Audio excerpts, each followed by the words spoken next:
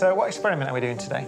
We're actually going to investigate what happens to the size of the shadow puppet when you actually move the screen further away or closer to it. What equipment do you need? Right, so it might be worth going through your torch collection. That's probably the thing that you'd need to check, because what we wanted to try and do was just actually get a single beam of light.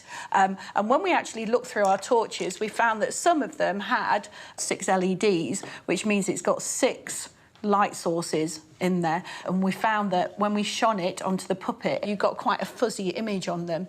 So we did have to try and find where we had a torch with a single LED in the end. So I went to the supermarket and I actually found these ones which have got 1 LED in, and we've adapted them a little bit by trying to sort of concentrate the light by just putting a black cap around it.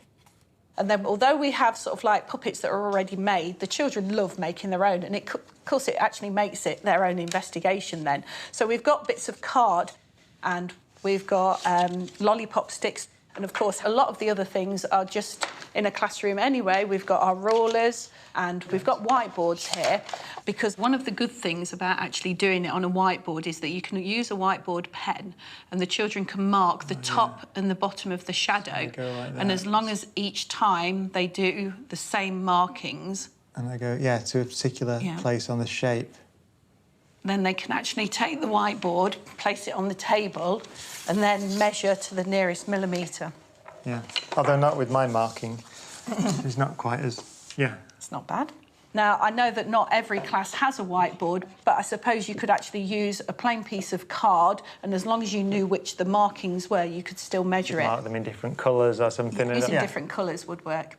Are there any particular health and safety issues? One thing that I would always stress whenever we use the torches is, particularly now as LEDs are getting sort of like brighter and brighter, is not to actually look into the beam of light. And we do try and give that health and safety warning just to remind them about it. And we've got these scissors here. These are classroom scissors that I think most classrooms have. They've got the rounded edges, so when they're actually cutting, they're fairly safe to use.